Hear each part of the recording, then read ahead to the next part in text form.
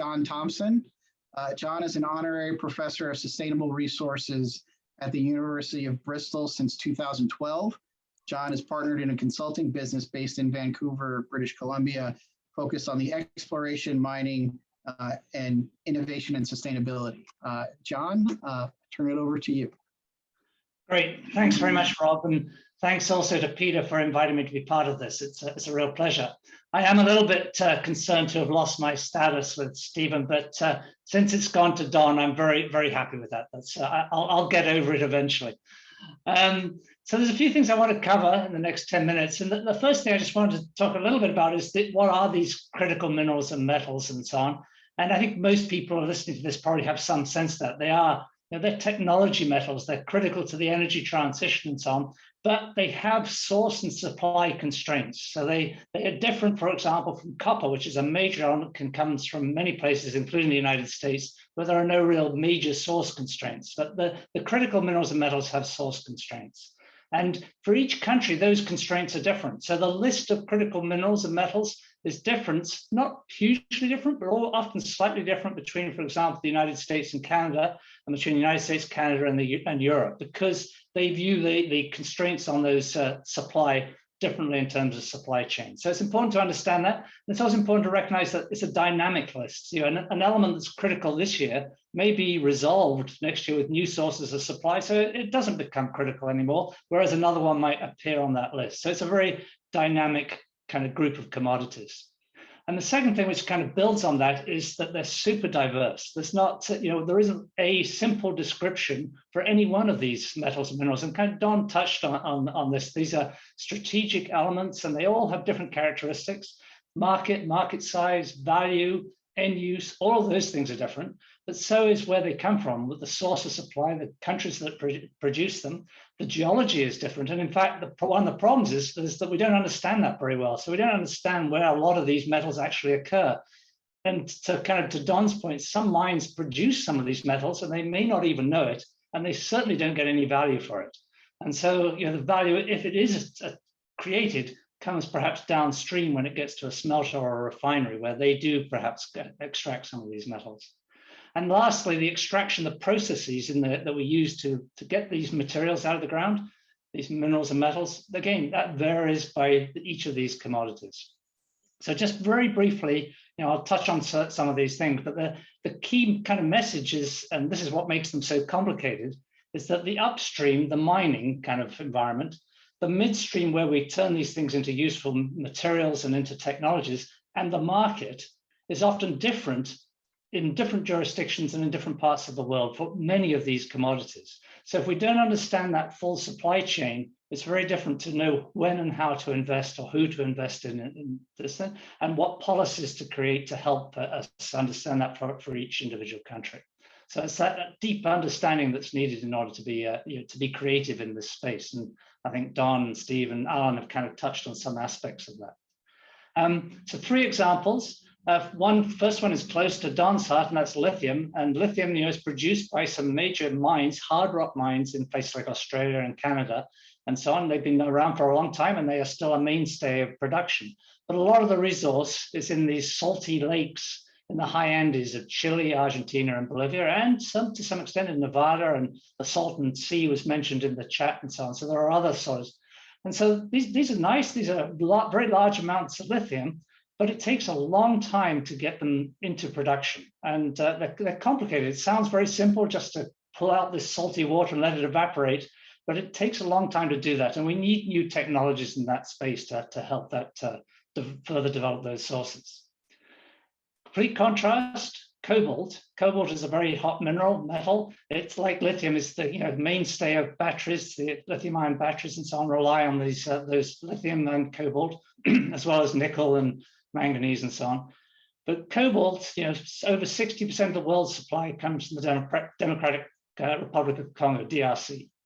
And some of that is produced by sulfide minerals, by major miners and large mines, but a significant amount is produced by artisanal scale mining, where they mine this oxide material right at the surface, a lovely mineral called heterogenite, because it's very heterogeneous, of course, is the key mineral that the many local people mine. And there are all sorts of issues around that, not only from the jurisdictional DRC issues, but from the way in which that is done on the ground. And that's why that cobalt is high on the list of critical minerals.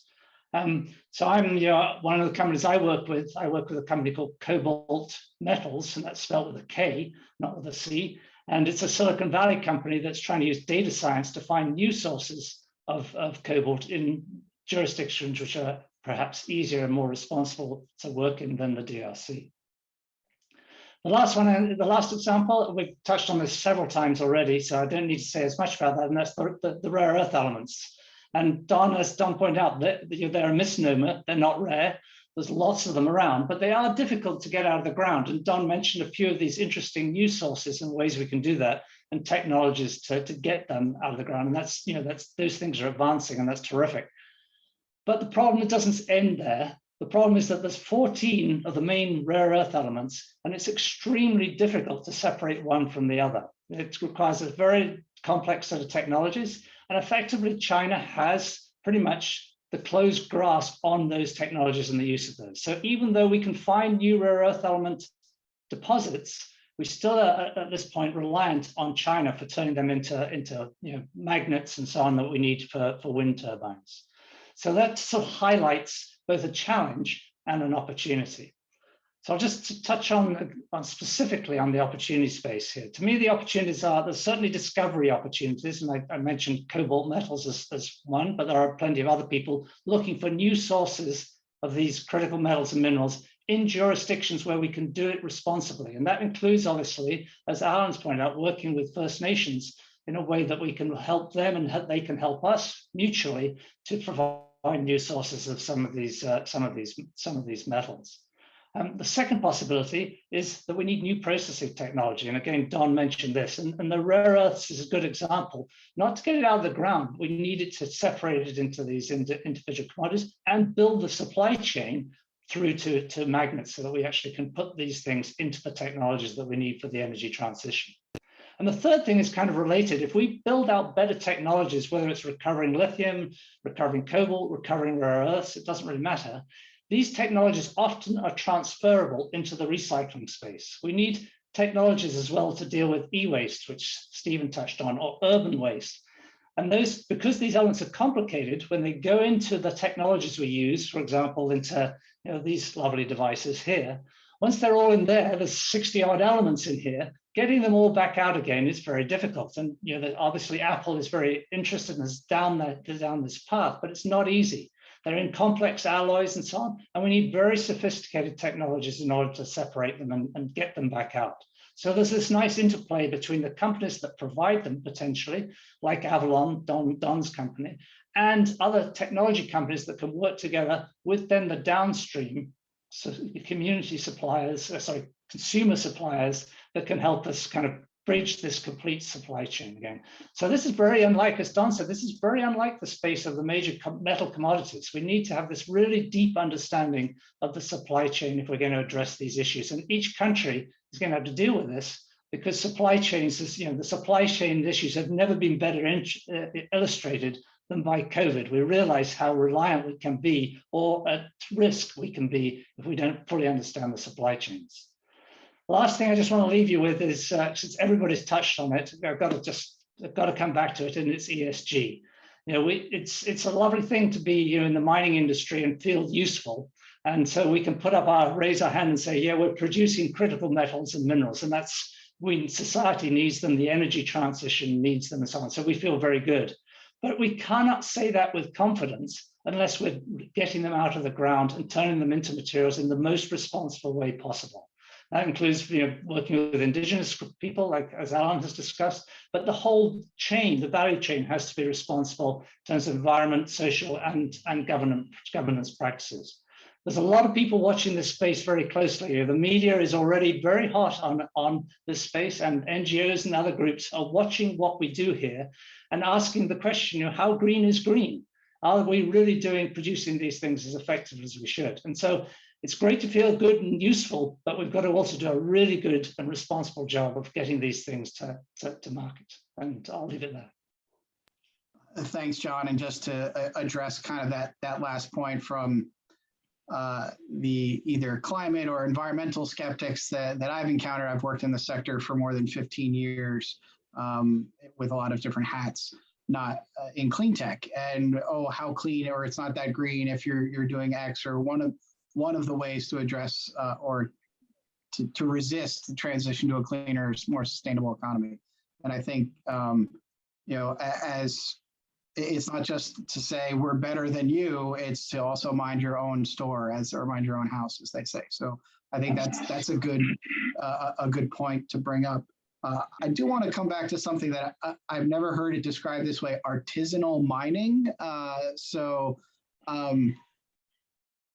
Just one, never heard artisanal applied to mining, I guess. So could you? I think when we think extraction, that's an area where people are very familiar with the challenges, right? But so I think maybe a giant mining corporation comes in, or rooftop or mountaintop mining in the US for coal, or extraction on a large scale is what people think of. Could you maybe go into some of those challenges on artisanal mining? Because that's a term I swear I've never heard. Yeah, no, happy to. And Stephen can probably jump in as well, because Stephen and Resolve have been quite involved in this space. So artisanal mining is just a word that's used sometimes. Artisanal small mines, or ASM, is the acronym that people bandy around quite a lot. And it describes just local people who are doing mining at a very local scale. And so they can be scraping the surface, they can be putting in some very basic mining technology to try and recover metals and minerals. And then they sell those often to middle people in the supply chain, and eventually it winds coming into the wider supply chain. And there's literally millions of people involved in this. A significant number of them are involved in gold and precious metals, some in diamonds in some places. And then in places like the DRC, there's this tremendous interest in cobalt. And so that's what they do, get involved in. And the risks in that sort of space is, these are people who in some cases don't have any other source of income. So, they're subsistence farming, and they go into this because this is a way to obviously make a better living. But it attracts the attention of groups that are not so responsible, or in many different ways. So it's been abused by everything from guerrilla groups to, certainly all sorts of bad practices in terms of the environment and abuse of children, et cetera, et cetera. So there's a bad sort of wrap around a lot of ASM mining, which is not entirely fair, because some groups do quite a decent job, but it certainly is a widespread problem in the area. And a lot of people have been working on this. It's a very difficult issue to work out how we can help them get a more sustainable process for themselves, and how we can kind of offer them alternatives or alternative income or sources if we're trying to stop them doing what they're doing because we feel it's not environmentally beneficial. So I guess the analogy for old time, or the Yukon or California gold rush, there's one that I guess tracks or resonates a little bit for a broader public segment. But I think that's still a modern challenge around the globe. So that's very interesting to hear. The Yukon Klondike is a very good sort of, traditionally, historically, would be the modern or the ancient example of what we are currently doing in these places. I think one of the challenges that you brought up as well is, and was covered earlier, is rare or critical may not necessarily be that rare, but it's how you get it out. And I think people are well aware that certain mining techniques, and I mentioned mountaintop mining, to various chemicals that might need to be involved in extracting certain technologies at the source. We may have identified new sources through technology or what have you, but that middle market, I think, is perhaps a more unknown challenge, and it's a bigger area than people might realize, because we think either, like you pointed out, your phone, of all the minerals or metals that are in there versus extraction. And could you maybe address some of the ways investors might be able to get value or extract value?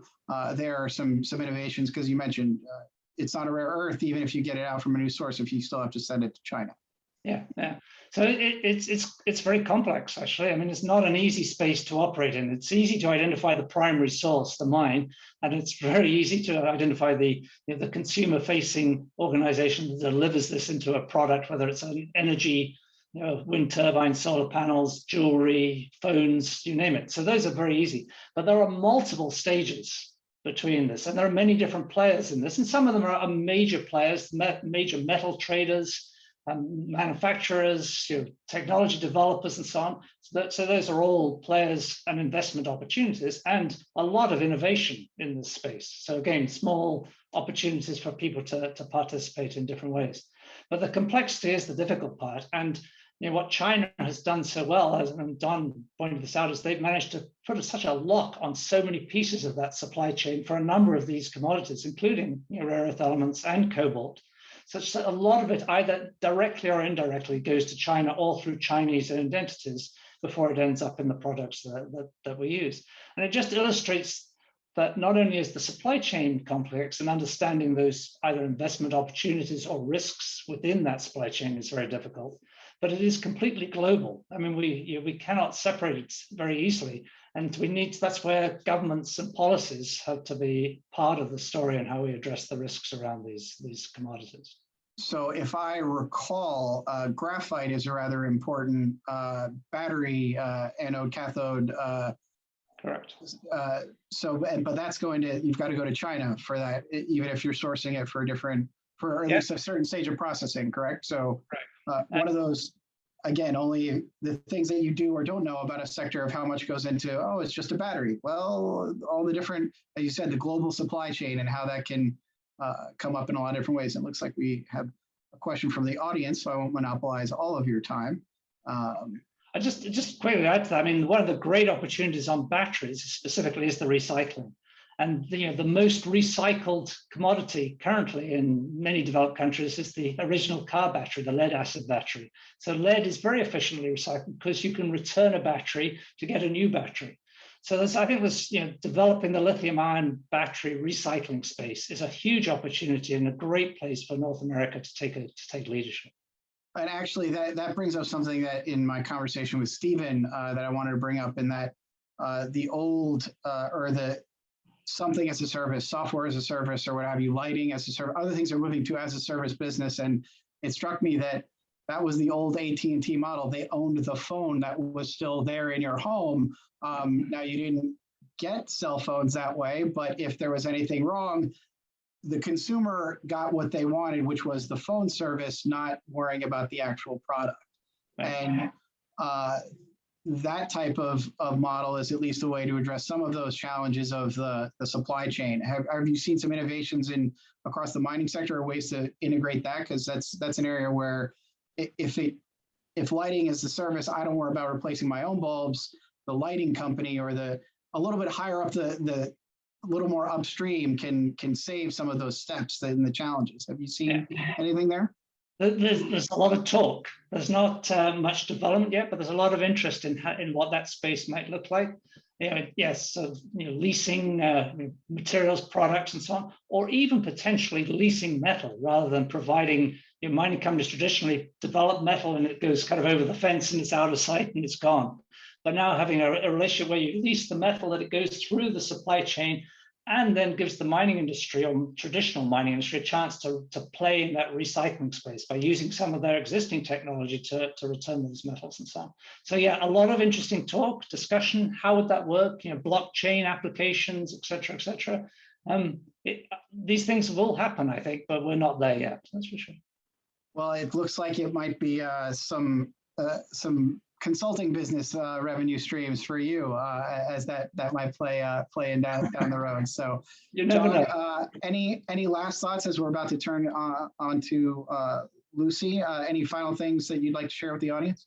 No. I'm happy to take questions from people. I can answer some, and many I can't, but I often know who can. So I'll post my contacts in the chat.